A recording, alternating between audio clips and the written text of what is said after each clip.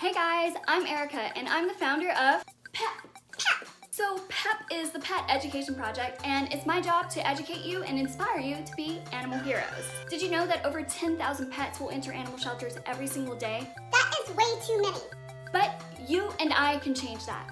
But it takes a lot of work. This month's Pep Squad Challenge is to make a flyer or poster to educate people on pets. We still have several days left in May, so I hope you'll take the challenge. There's so many different topics that you can put on your poster: puppy mills, dog fighting, bait dogs, adopting from a shelter, senior pets, black cats, pit bulls, french fries, no, not french fries, spaying and neutering, microchipping, taking your pet to the vet, heartworm prevention, grooming your pet, adopting a purebred, being a loving and responsible pet owner. There are so many different issues around animal welfare, and we need your help. That's why it takes the teamwork of our Pep Squad.